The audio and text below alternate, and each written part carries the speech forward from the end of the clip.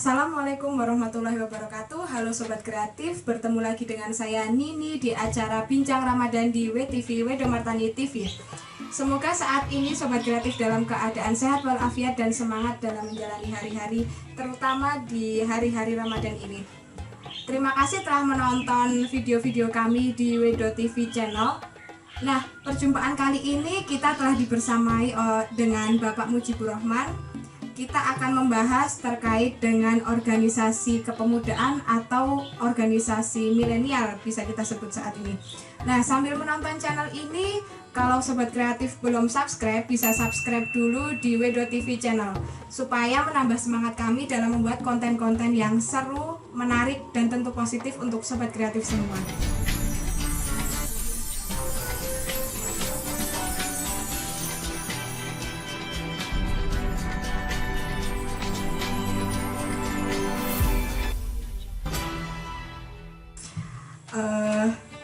Assalamualaikum Pak Mujib. Assalamualaikum. Waalaikumsalam.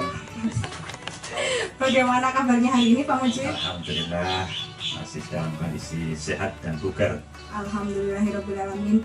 Nah, Pak Mujib, ini kita sebagai kaum muda nih Pak, mau nyuwun ilmunya terkait dengan organisasi milenial atau organisasi kepemudaan. Kalau dari sudut pandang Islam itu seperti apa? Karena kan kalau kita tahu kaum muda ini merupakan ujung tombak adanya pergerakan seperti itu. Mau tidak mau, besok kaum muda lah yang akan melanjutkan perjuangan orang-orang yang mungkin sekarang sudah dewasa seperti itu. Ya. Itu. Nah, bagaimana Islam ini memandang adanya organisasi, Pak?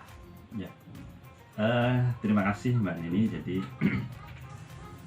organisasi itu dalam Islam adalah bagian yang bisa kita sebut sebagai sunatullah. Karena yang namanya manusia itu adalah makhluk sosial. Dia mau tidak mau harus berhubungan dengan orang lain dan sebagainya. Kemudian di situ ada kebutuhan yang sama antara satu dengan yang lain, ada kepentingan yang sama antara satu dengan yang lain, kemudian ada tujuan yang sama antara satu dengan yang lain dan sebagainya. Sehingga di situ terjadilah apa yang disebut dengan sunatullah. Dia merasa penting, dia merasa perlu untuk berkumpul, untuk melaksanakan sebuah strategi dalam hal untuk mencapai kesamaan, dalam hal untuk mencapai sebuah tujuan. Maka kalau dalam Islam itu ada istilah al-batil bin nidham yaghlubuhul haq bila nidham. Kebatilan itu kalau diorganisasi dengan baik, ya, itu akan mampu mengalahkan dengan kelompok hak, kelompok kebenaran yang di situ itu dia tidak diorganisasi dengan baik. Nah, artinya dalam hal ini bahwa Islam memandang organisasi itu penting. Ya. Organisasi itu penting karena apa? Organisasi itu adalah untuk mencapai sebuah tujuan. Karena sekali lagi bahwa manusia makhluk sosial. Jadi itu tadi. Kita belajar dari istilah tadi. Kebatilan itu pun bisa menang ketika itu diorganisasi dengan baik. Nah, sehingga dalam hal ini jangan sampai kelompok yang hak, kelompok yang benar ini jangan sampai kalah dengan kelompok batil. Bagaimana caranya? Yaitu dengan pengorganisasian yang baik. Ada strategi yang diatur, kemudian di situ ada struktur kepemimpinannya, kemudian di situ ada programnya, ada anggarannya dan sebagainya. Nah, itu harus dibuat dengan sedemikian rupa dan sedemikian rupa. Jadi kebaikan yang tidak terorganisir akan kalah dengan kejahatan yang terorganisir seperti itu ya Pak ya. Nah, terus kalau ini nih Pak, kan kita sebagai kaum muda ini kan memang sudah banyak organisasi-organisasi yang diikuti oleh kaum muda, tapi mungkin seringkali hanya ikut-ikutan kayak gitu Pak. Jadi dia nggak tahu tujuan organisasinya ini untuk apa. Nah, seharusnya itu seperti apa Pak kaum muda itu kalau mau ikut organisasi? Ya. Organisasi itu kan kelompok. Saat ini kemudian terbagi dalam berbagai kelompok. Ada kelompok muda, maka disebut dengan Karang Taruna. Ada yang di bawahnya kelompok remaja. Ada yang mungkin kelompok remaja pun di situ ada yang kelompok remaja masjid, ada kelompok dan sebagainya. Yaitu bagian dari karakter dari organisasi itu sendiri. Nah, secara khusus dalam kelompok muda ini, memang kalau dalam Islam itu nanti ada sebuah pertanggungjawaban usia manusia itu, di mana nanti kita itu di hadapan Allah itu akan ditanya beberapa pertanyaan. Antara lain pertanyaan yang nanti secara spesifik itu akan ditanyakan oleh Allah adalah usia mudamu, kau gunakan untuk apa? Itu salah satu di antara beberapa pertanyaan. Di samping usiamu, kemudian hartamu kau dapat dari mana, kau belanjakan apa dan sebagainya. Antara lain ada satu spesifik pertanyaan, usia mudamu kau gunakan untuk apa. Nah, ini sehingga kelompok-kelompok organisasi pemuda ini menjadi penting. Hanya kemudian di situ ada kelompok-kelompok yang memiliki karakteristik tersendiri. Nah, itu yang harus kita bangun dengan sebaik-baiknya. Artinya nanti ada kelompok karakter Karang Taruna, ada kelompok karakter remaja, ada kelompok karakter remaja masjid, ada kelompok karakter remaja dalam kebudayaan, dalam kesenian dan sebagainya. Nah, itu yang kemudian orang harus memiliki jelas. Oh, saya ini adalah sebagai remaja ataupun sebagai pemuda yang aktif di masjid. Maka dia untuk bisa menyalurkan keinginannya, dia bisa menyalurkan potensinya, maka dia akan lari ke kelompok remaja masjid misalnya. Oh, saya ini adalah usia Karang Taruna, saya masuk di organisasi Karang Taruna. Nah, ini kita akan melihat dari karakter organisasi itu sendiri. Supaya apa? Tidak ada bahasa elelu. Saya tidak punya bakat seni, saya tidak punya hiroh, semangat tentang budaya. Kalau saya masuk di sana, maka itu namanya elelu.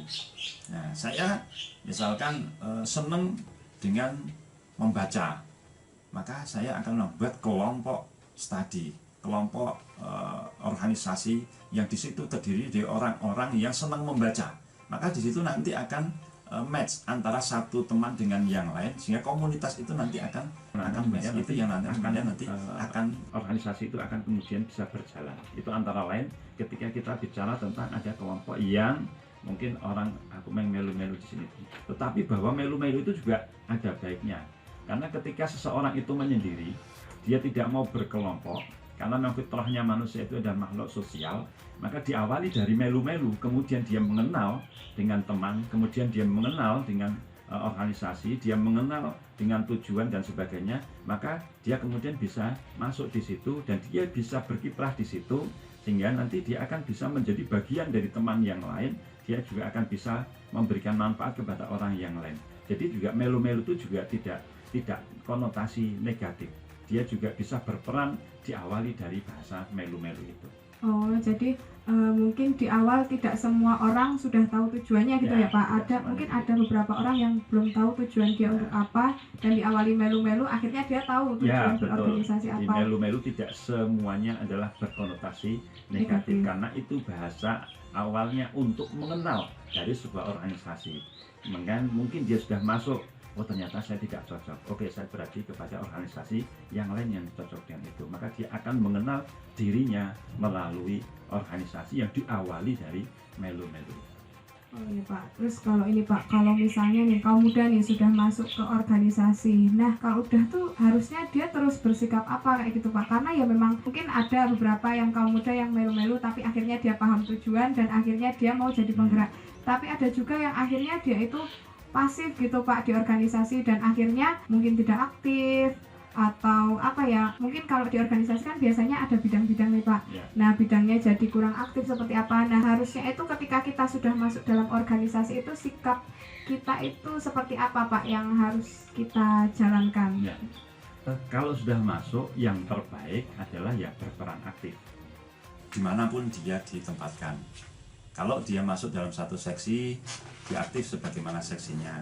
Kalau dia dimasuk dalam pimpinan harian, maka dia sebagaimana peran di situ. Itu idealnya. Tetapi seandainya pun tidak, karena yang namanya organisasi itu kan ibarat tubuh. Ibarat tubuh itu ya ada mata, ada kaki, ada tangan, ada rambut, yang semuanya itu pasti akan memiliki manfaat. Semua itu pasti akan memiliki manfaat. Jadi mungkin orang akan memandang bahwa dia itu pasif, bahwa dia itu yang penting kumpiung, obyong-obyong. Tapi jangan dilihat bahwa dia mengobyong-obyong itu adalah semuanya negatif, tidak.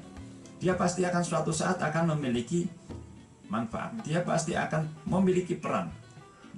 mohon maaf, bisa jadi peran itu yang justru tidak bisa dilakukan oleh pimpinan. Buku menyapu, buku usung-usung atau apapun bentuknya. Nah itu jadi dalam hal ini kita sebagai pengelola organisasi terhadap teman-teman itu harus memiliki pertama positive thinking. Siapapun yang hadir, siapapun bergabung itu sudah diawali dari etikat yang baik. Sehingga bagaimana kita akan mengaktifkan mereka sesuai dengan bidangnya, sesuai dengan keinginannya dan sebagainya, itu adalah bagian dari dinamika organisasi itu sendiri. Jadi kalau kita bisa seperti itu, insya Allah tidak ada bahasa bahwa organisasi melu ubyang-ubyung. Andai kantor ubyang-ubyung, pasti suatu saat akan memiliki fungsi yang mungkin pimpinan pun tidak bisa melaksanakan. Jadi yang pertama itu kita harus positive thinking seperti itu dengan teman-teman yang masuk ke organisasi yang sama dengan kita seperti itu. Ngomong-ngomong tentang dinamika nih Pak, kan ya sebuah organisasi tidak lepas dari adanya dinamika. Nah, nih kalau misalnya ada nih sudah diskusi atau musyawarah atau apa dan sudah ada kesepakatan, tetapi ternyata mungkin ada yang tidak rela gitu Pak dengan kesepakatan yang sudah diperoleh. Nah, seharusnya sikap kita sebagai temannya itu seperti apa Pak? Kan entah harus memberikan pengertian atau seperti apa, karena kan kalau sudah kesepakatan kan memang idealnya harus dilaksanakan oleh semua, tapi akhirnya nanti ada yang tidak melaksanakan karena mungkin dia belum ikhlas dengan keputusan yang sudah disepakati seperti itu Pak. Ya, dalam Quran Allah menyampaikan wasyawirhum fil amri wa idza azamta fatawakkal 'alallah. Jadi kita harus ketika menghadapi sesuatu ataupun akan melaksanakan keputusan sesuatu harus diawali dengan musyawarah. Kalau ternyata musyawarah itu sudah menghasilkan, maka kemudian kita harus bertawakal kepada Allah. Aidza azamta fatawakal 'alallah. Jadi ketika tujuan itu akan dilaksanakan, maka di situ. Nah, dalam konteks itu azamta fatawakal 'alallah, tawakal itu kadang-kadang kemudian akan menemukan hal-hal seperti itu. Ini sudah menjadi keputusan. Bahkan kita sudah diskusi secara panjang lebar. Di situ sudah ada debat dan sudah ada keputusan. Maka apapun hasilnya, maka harus bisa kita ikuti bersama. Karena itu adalah sebuah keputusan yang sudah dianut oleh organisasi. Adapun sebuah keputusan, apapun itu keputusannya, kita harus meyakini tidak akan mampu memuaskan semua pihak. Kebaikan apapun itu tidak akan bisa mampu memuaskan semua pihak. Itu harus kita yakini itu. Jadi kalaupun kemudian ada yang tidak cocok, ada yang tidak senang, itu satu hal yang wajar. Karena ini sudah fitrah. Bahkan Nabi itu sudah sebaik-baiknya makhluk, khairul khalqi, sebaik-baiknya. Itu yang rasa senang ya akeh. Demikian juga syariat yang dibawa Nabi itu betul-betul hak oleh Allah. Hak dari Allah. Itu kok sing seneng ya akeh.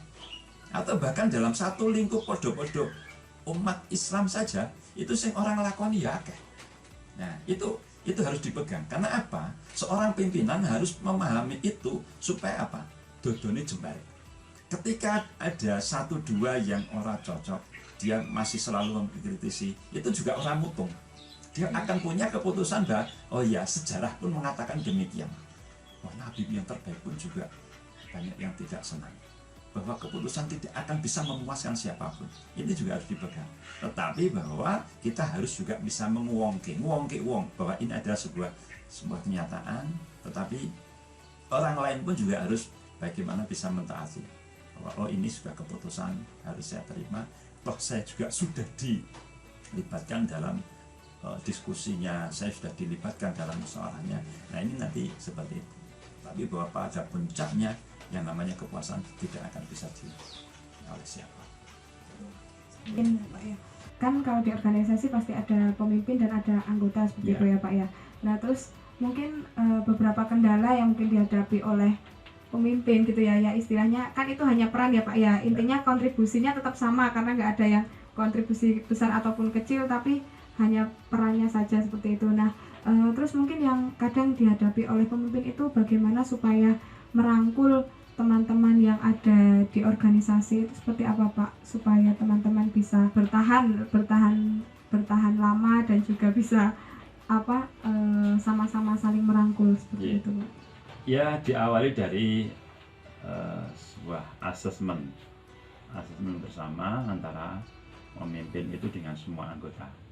Jadi bahwa di situ tujuannya seperti apa harus menjadi kesepakatan bersama. Kemudian kalau organisasi ada ART, ADART itu juga harus kesepakatan bersama. Itu kuncinya. Tujuan kemudian ADART itu yang akan menjadi ikatan dalam sebuah organisasi. Itu yang akan menjadi ikatan. Karenanya tadi adapun ono sing ora cocok, ono sing ora seneng dan sebagainya. Kemudian kalau di situ sudah diikat dalam sebuah ADART, maka ya harus berpegang pada itu.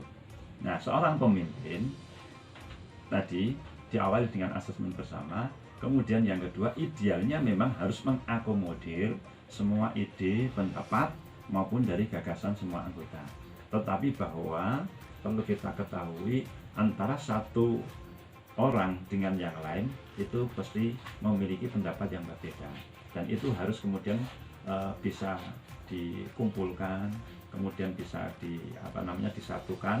Tetapi bahwa proses penyataan itu tidak gampang, itu juga harus disadari.